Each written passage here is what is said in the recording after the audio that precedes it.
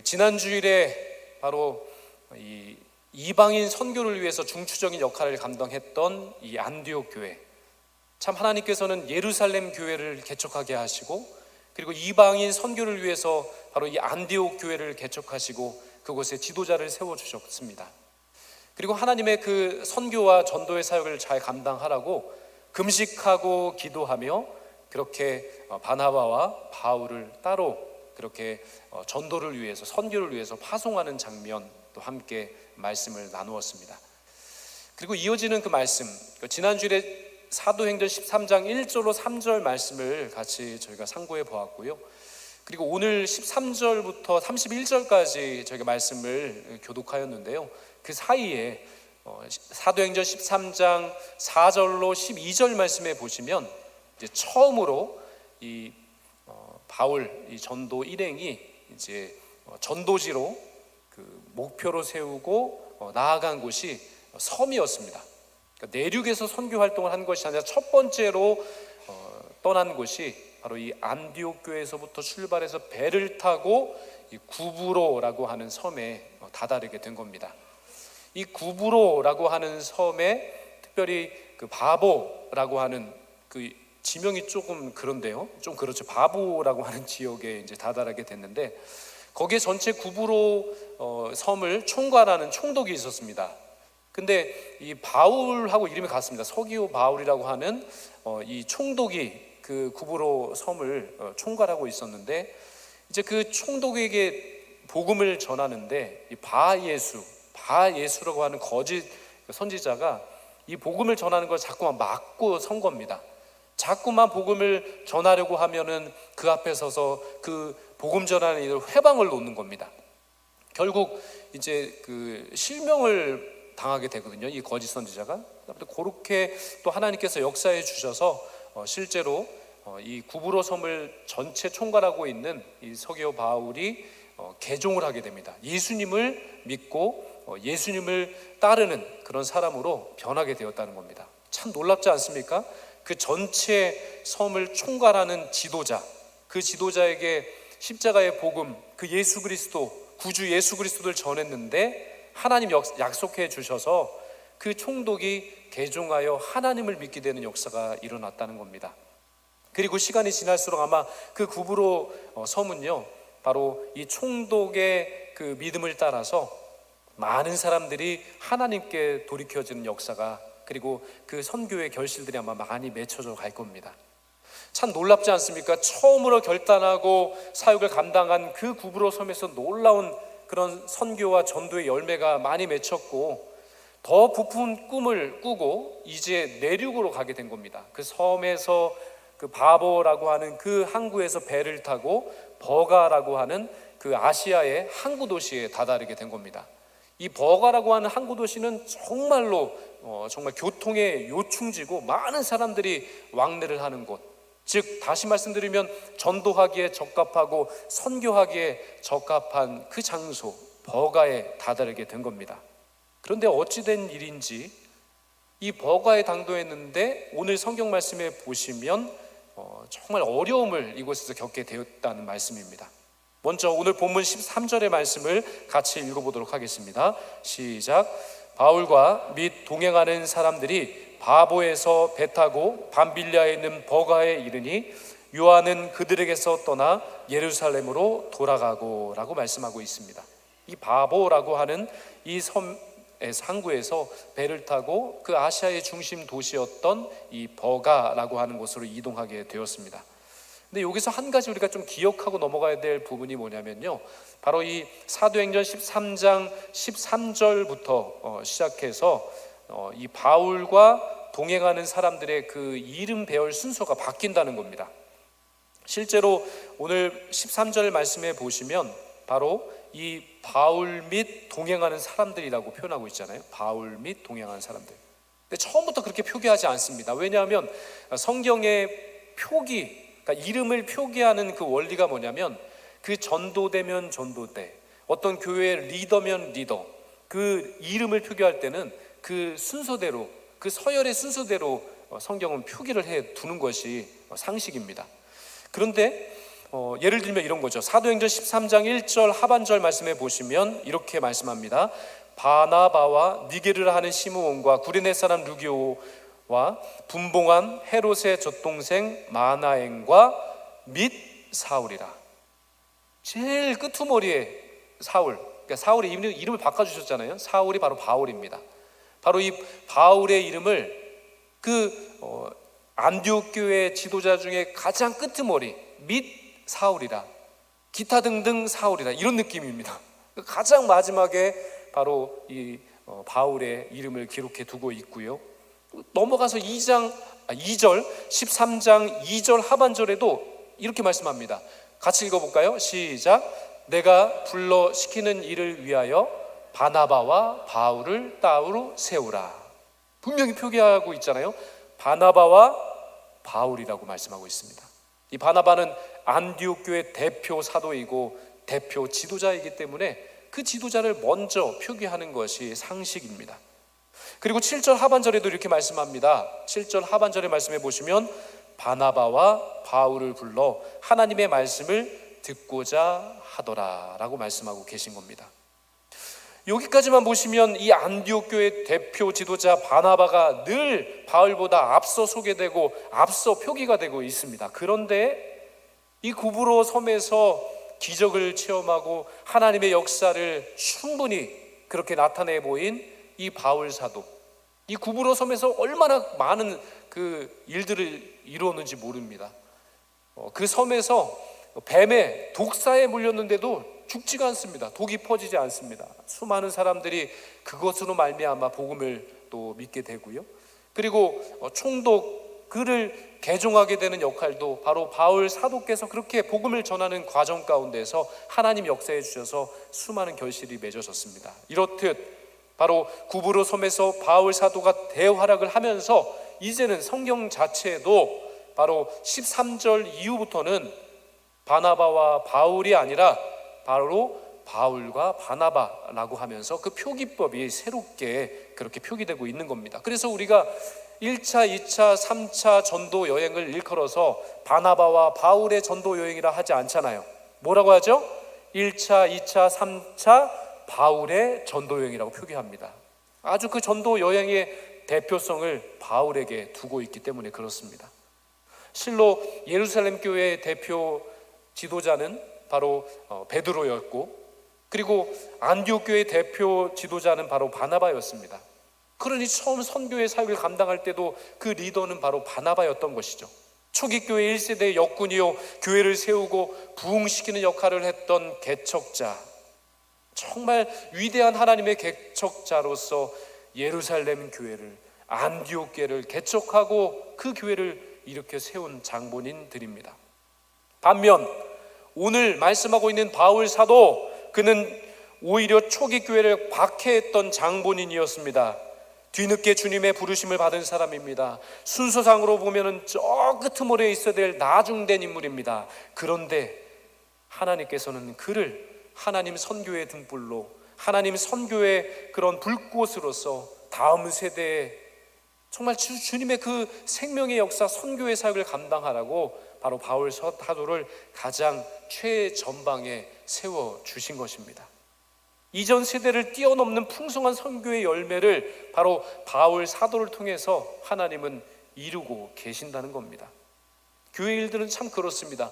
먼저 된 자가 나중 될 때가 참 많이 있고요, 나중 부르심 받고 나중 세워진 사람이 하나님의 놀라운 권능의 역사 가운데서 먼저 되는 역사가 교회에서는, 하나님의 사역 가운데는, 하나님의 나라 가운데는 충분히 일어날 수 있다는 겁니다.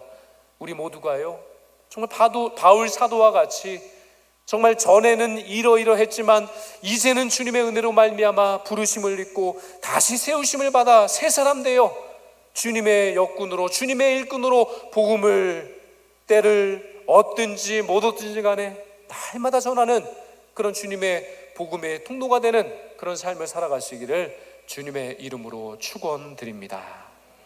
한 번 더 13절과 14절을 한 목소리로 읽도록 하겠습니다. 시작. 바울과 및 동행하는 사람들이 바보에서 배 타고 밤빌리아에 있는 버가에 이르니 요한은 그들에게서 떠나 예루살렘으로 돌아가고 그들은 버가에서 더 나아가 비시디아 안독에 이르러 안식일에 회당에 들어가 앉으니라. 아멘. 바로 직전 선교제였던 이 구브로 섬에서 놀라운 하나님의 그런 복음의 역사를 체험했던 그들, 그러나 배를 타고 당도한 곳, 정말 수많은 사람들이 모이는 교통의 요충지였던 이 버가에 이르렀는데 그 버가에서는 아무 일도 할 수 없었습니다. 분명 버가에서는 만날 사람이 많습니다. 감당해야 될 사역들이 정말 다양한 방면으로 많았을 겁니다. 그런데 그 버가에서 단 하나의 사역도 감당하지 못하고 그냥 다른 선교 지역으로 떠나게 된 것입니다. 정말로 하나님께서 부르시고 하나님께서 인도해 주신 그 사역이라면 이 구브로 섬에서와 마찬가지로 정말 놀라운 생명의 결실들이 30배, 60배, 100배로 맺혀져야 하는 것 아닙니까? 그런데 정말 그 선교를 하기에 정말로 적합한 땅 버가에 이르렀을 때는 그들이 아무 일도 할 수 없었다는 겁니다. 게다가 더 슬픈 것은요, 지금까지 그렇게 함께 협력하고 동행하면서 그렇게 전도의 역사를 함께 이루어갔던 이 마가 요한이 중도에 포기를 하는 겁니다. 저는 여기까지입니다. 저는 이제 못합니다. 도저히 못하겠습니다. 저는 여기까지입니다 라고 하면서 중도의 모든 것을 다 포기하고 두 손을 들고 그냥 고향 예루살렘으로 돌아가 버린 겁니다. 한 사람이라도 힘을 보태야 감당할 수 있는 선교의 사역, 전도의 사역인데 미지의 그 지역, 그 누구도 예측할 수 없고 어떤 일이 거기에서 벌어질지 못하는 정말로 앞이 캄캄한 그 선교의 사역을 앞두고 큰 몫을 감당했던 마가 요한, 그마저도 이 선교의 사역을 함께 감당하지 못한다고 그렇게 손을 놓고 고향으로 떠나가 버린 이 순간, 그리고 바울 일행은 급히 이 버가에서 떠나서 바로 내륙인 비시디아 안독으로 그렇게 향하게 되는 겁니다. 얼마나 귀한 기회였습니까? 그런데 그 기회를 살리지 못하고 급하게, 성급하게 아주 고산 지역인 해발 1000m가 넘는 그 고산 지역인 이 비시디아 안디옥으로 그들이 향하고 있는 겁니다. 이해할 수가 없는 겁니다. 왜 그럴까요? 왜 버가에서 충분히 전도하고 버가에서 충분히 하나님의 복음의 사역을 감당할 수 있는 모든 여건이 갖춰져 있고 많은 사람들이 모여있는 대도시이고 항구 도시인데 왜 이곳에서는 복음을 전하지 못했을까요? 많은 사람들이 의아합니다. 왜 사람들이 가기 힘들어하여서 가지 아니하는 땅, 태산을 넘어야 하는 그 비시디아 안디옥, 그 갈라디아 땅, 가기도 참으로 힘겨운 땅인데 왜 그곳으로 향해야 했겠습니까? 많은 사람들이 연구를 했더니 아마 이 바울 사도가 구브로에서 선교 사역을 감당하고 버가라고 하는 이 항구 도시에 다다랐을 때 그곳에서 아마도 풍토병에 걸린 것 같다라고 합니다. 왜냐하면 갈라디아서나 다른 바울 서신을 보니까요, 병에 걸려서 그렇게 되었다라고 하는 그런 이야기가 나와 있기 때문입니다. 버가는 그 해안의 저지대입니다.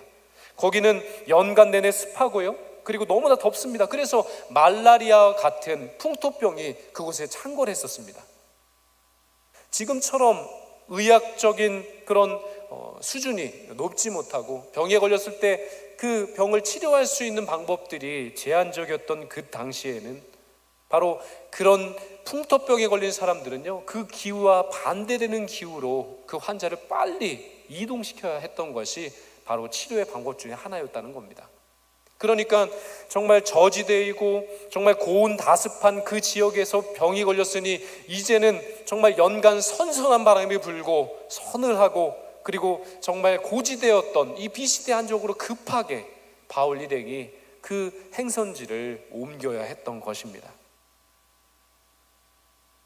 너무나 힘겹게 그렇게 풍토병에 걸린 바울 사도가 이 비시디아 안디옥으로 가는 그 여정이 얼마나 힘에 들었겠습니까? 그냥 정상적으로 정말 튼튼한 사람, 건강한 사람도 걷기 힘든 그 길, 200km나 달하는 그 길, 더 중요한 것은 그 길을 가기 위해서는 타우로스 산맥이라고 하는 태산을 넘어야 했습니다. 당시 이 산맥에는 도적이 들끓는 도적의 소굴이라고까지 이야기를 했었습니다. 건강한 사람도 넘기 힘든 이 타우로스 산맥을 넘어야지만 바로 비시디아 안디옥에 도달할 수 있게 된 것입니다. 지금도 차를 타고 걸어가는 그 길은 너무나 힘들어서요, 더 이상 우리들의 힘으로는 그곳에 당도하는 것은 정말 불가능하고요, 차를 타고 가도 몇 시간을 가야 하는 난코스, 그것이 바로 버가에서부터 비시디아 안디옥까지 가는 그런 행선지였습니다. 이런 어려움에 처해 있던 바울 사도가 얼마나 그의 심정이 어렵고, 그리고 정말 내가 실패했구나라고 하는 생각이 들었겠습니까? 구브로에서는 멋지게 선교 사역을 감당했고 수많은 선교의 결실들, 그리고 기적도 일어났는데 지금 버가에 머물어서 아무 사역도 못하고 병에 걸려서 그렇게 기진맥진해 가면서 그렇게 다른 행선지로 그 발걸음을 움직이고 이동해야 했던 바울 사도의 그 마음은, 여기까지구나, 실패하였구나, 그럼 그렇지, 많이 기대하고 소망하고 준비했건만 여기까지구나 라고 하는 생각이 왜 들지 않았겠습니까? 죽기 직전 고열에 시달리고 정말 무엇을 먹어도 그것이 소화되지 않아서 구역질이 날 정도로 힘겨운 그런 행선지의 여정을 걸어갈 때 바울 사도는 정말 죽고 싶은 심정이 들었을 겁니다. 그런데 놀랍게도요, 이렇게 죽을 만큼 고비고비를 넘어서 그 타우로스 산맥, 인생의 난관과 또 여겨지는 그 고난을 무릅쓰고 건너고 걷고 또 걷고 하면서 당도했던 그 비시디아 안디옥에 바로 하나님의 놀라운 구원의 계획이 있었다는 겁니다. 하나님은 이 모든 과정 속에서도 하나님의 뜻이 있으셨고 하나님의 계획이 있으셨던 겁니다. 바로 이 타우로스 산맥을 넘어서 바울 사도가 한 번도 가보지 못했던 이 비시디아 안디옥부터 시작해서 바로 루스드라, 이고니온, 더베, 이것이 바로 갈라디아 지역입니다. 바로 중앙아시아의 그 넓은 땅, 그 지역, 정말 하나님의 복음의 능력으로 새로워져야 될 수많은 영혼들이 살고 있는 그 땅, 갈라디아 땅, 이 태산을 넘고서야 드디어 갈라디아 땅을 밟게 되었다는 겁니다. 바로 이 지역에 보낸 서신이 갈라디아서입니다. 앞으로 기회가 되면 이 갈라디아서도 함께 묵상을 하게 될 텐데요, 이 갈라디아서는 로마서와 더불어서 바울 사도의 그 복음의 정수가 담겨져 있는 그런 복음 중에 복음의 말씀이 바로 이 갈라디아서입니다. 이 갈라디아서 4장 13절 말씀에 보시면 바울 사도께서 이 어려운 일들을 이렇게 회고하고 있으십니다. 내가 처음에 육체의 약함으로 말미암아 너희에게 복음을 전한 것을 너희가 아는 바라. 육체의 약함, 즉 풍토병에 걸려 죽을 뻔한 그 고생을 하여서 당도한 땅 비시디아 안디옥, 바로 이 갈라디아 지역에 복음을 전할 수 있는 그 복음의 길이, 그 고난을, 그 역경을 실패라고 생각하는 그 땅을 밟고 걸어가고 태산을 넘어서야 비로소 하나님의 뜻이 있었던 그 생명의 땅, 복음을 전해야 될 그런 새로운 생명의 땅에 다다르게 되었다는 말씀입니다.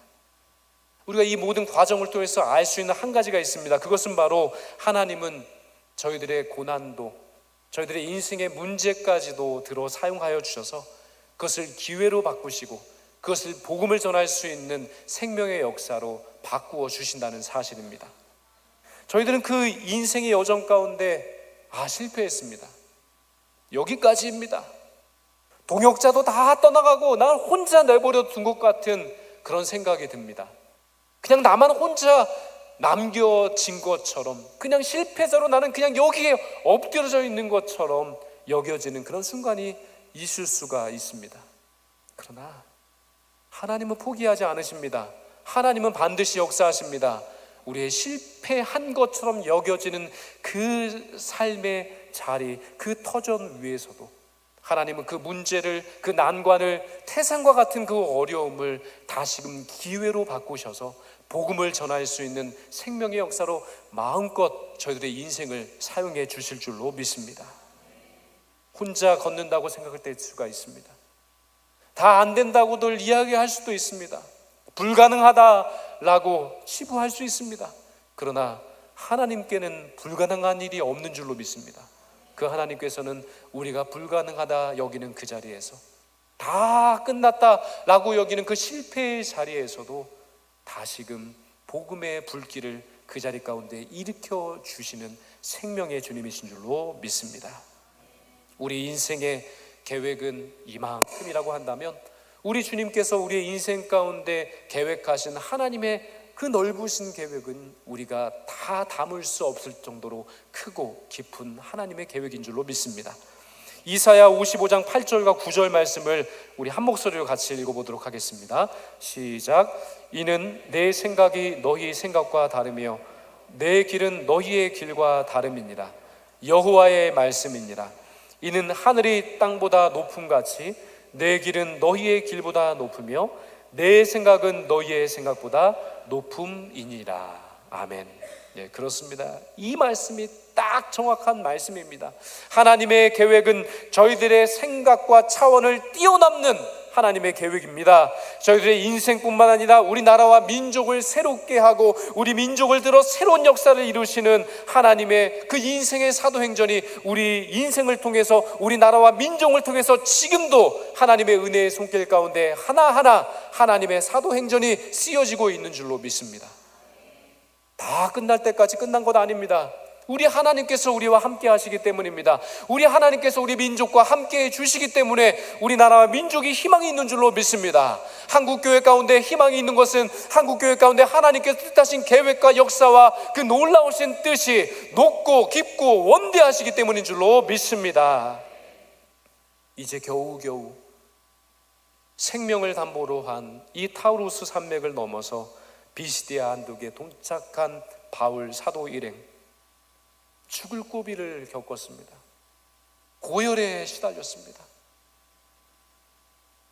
눈을 감고 떴을 때 이곳이 천국이 아닌가라고 하는 생각이 들 정도로 아마 고통스러웠을 겁니다. 그런데 하나님께서 인도해 주시고 하나님께서 계획해 두신 그 말씀의 땅, 생명의 땅, 하나님의 기적의 땅 비시디아 안독에 당도했을 때 그 바울 사도와 모든 일행들은 그 여정을 다 어디에 펼칠 겨를도 없이 안식일이 되어서 그 안식일 회당에 모이게 되었습니다. 당시 회당의 그 집회는 그 회당장이 모든 것을 주관했었습니다. 이 회당장이 그 회당에 모인 사람 중에 랍비 중에서 한 사람을 택해서 그곳에서 말씀을 봉독하고 그 말씀을 설교할 수 있는 기회를 줬습니다. 당시 바울 사도는 가말리엘 그 문화에서 수학을 했기 때문에 그 율법에 참으로 정통했던 사람입니다. 그래서 이 회당장은 사도 바울에게 설교할 수 있는 기회를 준 겁니다. 그래서 사도행전 13장 16절에서 41절까지가 바로 이 회당에서 말씀을 선포하고 있는 바울 사도의 설교의 전문이 기록되어 있는 겁니다. 사도행전 13장 16절로 41절까지의 말씀, 이 말씀이 바로 바울 사도의 설교의 전문이 기록된 말씀입니다. 얼마나 귀한지, 얼마나 능력의 말씀이요 복음의 진수가 깃들여 있는지 하나님께서는 토시 하나 빠뜨리지 아니하고 바울 사도께서 비시디아 안독 이 회당에서 선포한 하나님의 말씀, 그 설교의 전문을 기록해 두신 겁니다. 놀라운 것은 이 설교의 첫 구절의 그 주어가 무엇인지 아십니까? 처음으로 입을 떼서 비시디아 안독에 있는 수많은 사람들에게 말씀을 선포하고 복음을 선포하는데 그 주어가 바로 하나님이었다는 겁니다. 오늘 본문 17절의 말씀을 한 목소리로 같이 읽도록 하겠습니다. 시작. 백성이 하나님이 우리 조상들을 택하시고 애굽 땅에서 나그네 된 그 백성을 높여 큰 권능으로 인도하여 내사라고 말씀합니다. 이 이스라엘 백성에 하나님이 그리하셨다는 겁니다. 하나님이 택하시고 하나님이 일으켜 세워주시고 하나님께서 백성으로 삼아주시고 하나님께서 길이길이 오래 참으시사 그 백성을 일으켜 세워주셨다라고 그 설교는 선포하고 있는 겁니다. 하나님이 주체이십니다. 지난주에도 말씀드렸습니다. 선교는 모두 다 하나님의 선교이라고 말씀드렸습니다. 하나님이 주체가 되십니다. 구원의 주체, 말씀의 주체, 기적의 주체, 우리를 살리는 구원의 역사의 주체도 바로 하나님 한 분밖에 없음을 믿습니다. 바로 하나님께서 백성을 택하시고 하나님께서 그 백성을 길이 참으시고 하나님께서 그 백성을 일으켜 세워주시고 하나님께서 그 백성을 자녀 삼아주시고 하나님께서 그 백성을 거룩한 제사장 나라로 삼아주셨다라고 말씀하고 계신 겁니다. 그들이 어떤 것을 잘해서가 아닙니다. 그 민족이 위대한 민족이어서가 아닙니다. 그 민족이 무슨 조건이나 여건이 충족되어서가 아닙니다. 단 하나입니다. 은혜입니다. 바로 하나님께서 택해 주셨기 때문입니다. 하나님께서 삼아 주셨기 때문입니다. 하나님께서 세워 주셨기 때문에 가능한 일인 줄로 믿습니다. 이스라엘은요, 어느 민족과 비교해서 가장 약한 민족이었습니다. 어느 민족과 비교해서도 가장 작은 민족이었습니다. 그러나 하나님께서 세우시고 하나님께서 택하여 주시니 하나님의 백성이 된 것입니다. 저희들도 마찬가지 아닙니까? 저희들이 어떻게 하나님 앞에서 고개를 들 수 있겠습니까? 저희들은 죽어마땅한 인생이었습니다. 하나님과 원수된 인간이었습니다. 하나님과 원수된 인생을 사는 인생이었습니다. 얼마나 저주받은 인생입니까? 하나님과 원수가 되었으니 말입니다. 그러나 그 원수된 하나님과의 관계를 구주 예수 그리스도의 그 은혜로 말미암아 그 모든 것이 해결되게 된 줄로 믿습니다. 우리를 구원해 주셨습니다. 하나님과 막힌 담을 다 헐어 주셨습니다. 하나님의 자녀가 되는 권세를 주셨습니다. 공중 권세에 잡은 자들이 우리를 억누르고 하나님 백성답게 살지 못하게 지금도 우리의 발목을 잡고 있지만은 구주 되신 예수 그리스도께서 그 모든 공중 권세 잡은 자들의 그 힘을 다 회파하신 줄로 믿습니다. 그 담을 다 허물어 주신 줄로 믿습니다. 아버지께 나갈 수 있는 그 새로운 살 길을, 은혜의 보좌 앞으로 나갈 수 있는 그 새로운 생명의 길을 주님께서 그 육신으로 그 모든 것을 물과 피를 쏟아주셔서 그 길을 새롭게 열어주신 줄로 믿습니다. 바울 사도의 고백이 바로 이것입니다. 초기 교회를 핍박하고 초기 교회를 억눌렀던 핍박자가 바로 바울 사도였습니다. 바로 7 집사 중에 한 분이셨던 스데반 집사님이 순교하시는, 돌에 맞아서 순교하시는 그 자리에 서 있던 장본인이 바로 사울, 바로 바울입니다. 그가 그 가운데서 돌에 맞아 죽고 있는 스데반, 그 집사님의 그 순교하는 모습을 보면서 죽어 마땅하다 생각했던 죄인이 바로 바울이었습니다. 그러나 그러한 바울을 하나님의 이방인의 선교사로, 이방인의 제사장으로 삼아주셔서 이렇게 복음을 전할 수 있는 주도적인 역할을 감당할 수 있는 그런 하나님의 백성으로 삼아주셨으니 무엇을 더 바랄 수 있겠습니까? 그는 죽을 고비를 넘기는 그 타우로스 산맥을 넘으면서도 정말 수없는 고열에 시달리면서 자빠지고 넘어지고 일어설 수 없는 기력이 새어있는 그런 아픔의 고통 속에서도 하나님을 찬양하며 그렇게 주님께서 맡겨주신 이 일 때문에 저는 삽니다.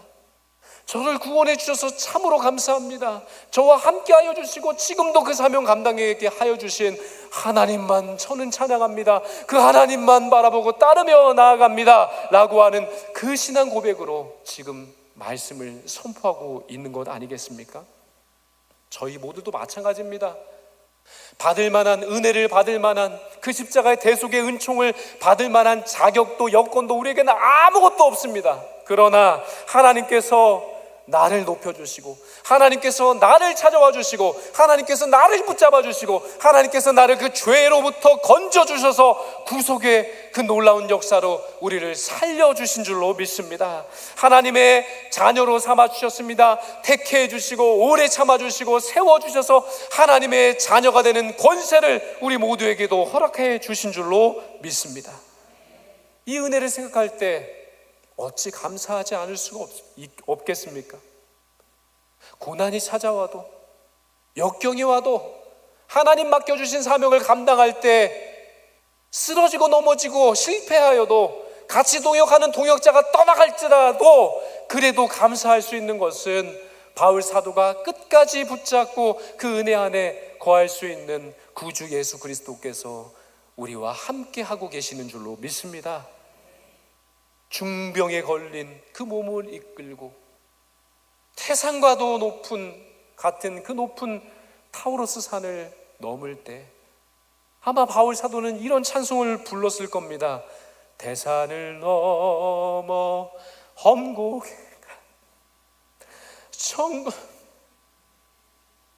빛 가운데로 걸어가면 주께서 항상 지키시기로 약속한 말씀 변치 않네. 하늘의 영광, 하늘의 영광 나의 맘속에 차고도 넘쳐. 할렐루야 힘차게 불러 영원히 주를 찬양하리. 수도 없이 넘어졌을 겁니다. 수도 없이 포기하고 싶었을 겁니다. 수도 없이 이 길이 아닌가, 이 길이 아닌가 뒤를 돌아봤을 겁니다. 이 길이 맞는가? 하나님 정말로 이 길이 맞습니까?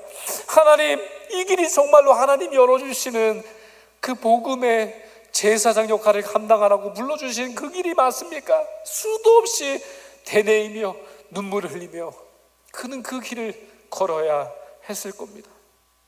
그러나 그 눈물 머금고 그 죽음의 길을 마다하고 그 대산을 넘어서 당도한 비시디아 안디옥, 그것은 정말이지 하나님께서 계획하시고 하나님께서 뜻이 있으셨던 하나님의 생명의 땅이었음을 그는 기억하고 그것을 깨달아 알게 된 줄로 믿습니다. 그가 목숨을 걸고 비시디아 안디옥 그 회당에서 예수 그리스도의 그 십자가 복음을, 얼마나 그를 사랑하신 주님이신지, 얼마나 그를 살리시기 위해서 몸과 피와 모든 것을 쏟아서 그를 구원하시기 위해서 모든 것을 쏟으셨던 그 십자가의 사랑인지를 그는 그 회당 그 자리에서 선포하고 또 선포했을 겁니다. 2000년이 지난 지금 그것은 바로 터키 남부에 있는 얄바치 지역입니다. 그곳에 지금도 비시디아 교회가 건재해 있습니다. 그런데 그 화려했던 그 대제국 로마, 영원할 것처럼 느껴졌던 그 대제국 로마, 그 로마가 있을까요? 그 로마가 존재할까요? 그 로마가 떵떵거리며 얘기했던 그 권력과 힘과 그 모든 부귀 영화가 지금도 건재할까요? 아니요, 다 썩어져 없어졌습니다. 지금은 아무것도 남지 않고 사라졌습니다. 단지 그 로만대로만이 벽돌길로 그렇게 이곳저곳으로 그 길만이 남았을 뿐, 로마 그 황제가 추구하고 로마 그 모든 백성들이 추구했던 권세, 영광, 그 모든 부귀 영화는요 다 썩어져 없어지고 말았습니다. 그러나 2000년이 훨씬 더 지난 이 현대를 살아가고 있는 이 자리 가운데 바울 사도가 목숨을 곡을 넘어서 비시디아 안디옥 그 회당에서 선포하신 구주 예수 그리스도의 복음은 2000년 이상 지난 지금도 우리의 심령 가운데, 전 세계 역사 가운데 지금도 살아계신 하나님의 말씀의 역사인 줄로 믿습니다. 주님은 지금도 우리에게 구주가 되어 주셔서 죽을 수밖에 없는 우리의 영혼을 건져 주시고 살 소망이 없는 우리의 인생을 다시금 건져 주셔서 하나님의 복음의 도구로 우리를 불러주시며 우리를 하나님의 도구로 지금도 마음껏 사용해 주시는 역사가 지금도 우리의 삶의 현장 가운데 나타나게 되는 줄로 믿습니다.